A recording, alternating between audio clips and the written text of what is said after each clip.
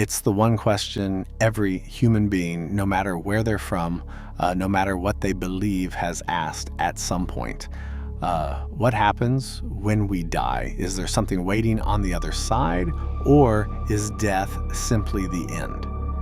For thousands of years, science, religion, and philosophy have each tried to answer this. Today we're going to explore all of them and let you decide what you believe. Let's start with what we can measure. What does the science actually tell us? When the heart stops beating, the brain begins to shut down. Oxygen stops flowing, neurons, the cells that make you begin to go dark one by one. But here's where it gets fascinating. In 2023, researchers at the University of Michigan recorded a surge of brain activity in dying patients. A burst of gamma waves, the same waves associated with heightened consciousness right at the moment of death. Scientists aren't sure what this means, but it may explain one of the most mysterious phenomena in medicine, near-death experiences. Millions of people around the world have reported them. They describe leaving their bodies seeing a warm light, feeling a profound sense of calm, sometimes meeting deceased loved ones. Dr. Sam Parnia, a leading researcher at NYU, has spent years studying patients resuscitated after cardiac arrest. Some accurately described events that happened in the room while they were clinically dead. Science hasn't been able to fully explain this, and that uncertainty is exactly where the deeper questions begin. Some physicists take this even further. Robert Lanza proposed a theory called biocentrism, the idea that consciousness is not produced by the brain, but that it exists independently, and the physical world is shaped around it. In other words, the universe needs an observer to exist. If consciousness is fundamental to reality, then maybe it doesn't just disappear.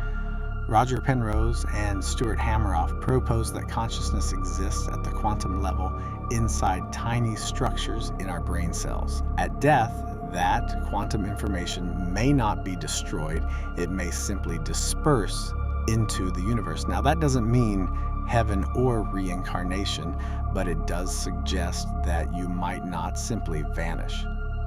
For most of human history, the answer to this question has come not from labs, but from faith. Christianity teaches that the soul lives on after death. A life of faith leads to reunion with God, while separation is described as hell. Islam speaks of barzakh, a state between death and resurrection, and ultimately a day of judgment where every soul is held accountable. Hinduism sees death as a transition. The soul, the Atman, reincarnates, moving from body to body until it reaches moksha, liberation from rebirth. Buddhism holds a similar belief in rebirth, but with a crucial difference: there is no permanent self. What continues is karma, the energy of your actions rippling forward. Indigenous traditions around the world speak of ancestors who walk beside us, of spirits that return to the land. Different paths, but nearly all of them point toward the same conviction: death is not the end. Philosophy asks a different kind of question, not what happens, but what does it mean? Epicurus said, death is nothing to us when we exist. Death is not yet present, and when death is present, then we do not exist. In other words, you will never experience being dead, so why fear it? Plato believed that the soul was immortal, that death was the soul returning to the realm of pure ideas. Existentialists argued awareness of death is what makes life meaningful, that knowing we are finite gives our choices weight. Here's the honest truth we don't know. No scientist, no philosopher, no prophet has returned with a definitive answer that all of humanity agrees on. Maybe that uncertainty itself is meaningful. Maybe the question of what happens after we die is less about the answer and more about how it shapes the way we live. Does believing in an afterlife make you kinder?